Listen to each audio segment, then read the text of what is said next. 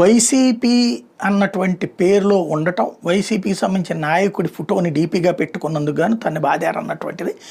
ఇప్పుడు ఒక కుర్రోడు హైకోర్టుకు వెళ్ళడం, హైకోర్టు ఆ పోలీసులకు సంబంధించిన సీసీటీవీ ఫుటేజ్ని ఆపమని, ఎవరికి అది డిలీట్ చేయొద్దు అని ఆదేశించడం సంచలనం సృష్టించింది.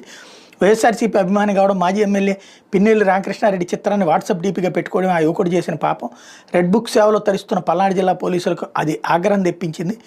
ఇది సాక్షి కథనం అనమాట. ఆ యువకుడిని పోలీస్ స్టేషన్లో అక్రమంగా నిర్బంధించారు. Veldurthi SI Shamandar Shali, trainee SI Rambabu Goud, constable Venkat Nayak కలిసి విచక్షణారహితంగా చావుబాదారు, కాలు విరిగేలా కొట్టారు.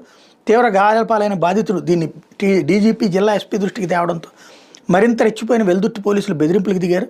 దీన్ని భరించలేక బాధితుడు పొనుగంటి నాగిరెడ్డి హైకోర్టును ఆశ్రయించారు. తన కస్టడీలో తీవ్రంగా హింసించిన పోలీసులపై శాఖాపరమైన చర్యలకు ఆదేశించడంతో పాటు బాధ్యుల మీద చట్ట ప్రకారం చర్యలు తీసుకున్న డీజీపీ ఎస్పీని ఆదేశించాలని అభ్యర్థిస్తూ అత్యవసరంగా లంచ్ మోషన్ రూపంలో పిటిషన్